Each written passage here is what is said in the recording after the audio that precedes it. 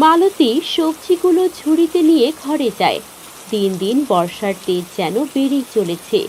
আর যতই বৃষ্টি বেশি হচ্ছে, বাজারের দাম যেন আকাশ ছোঁয়া হয়ে যাচ্ছে।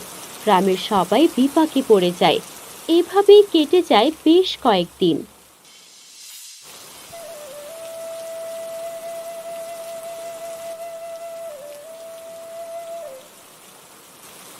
হারান্দা, ও হারান্দা!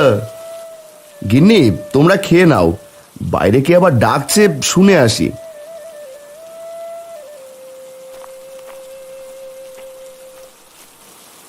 আরে পাচু যে, এই অবেলায় এখানে? আয় দেখি, ঘরে আয়।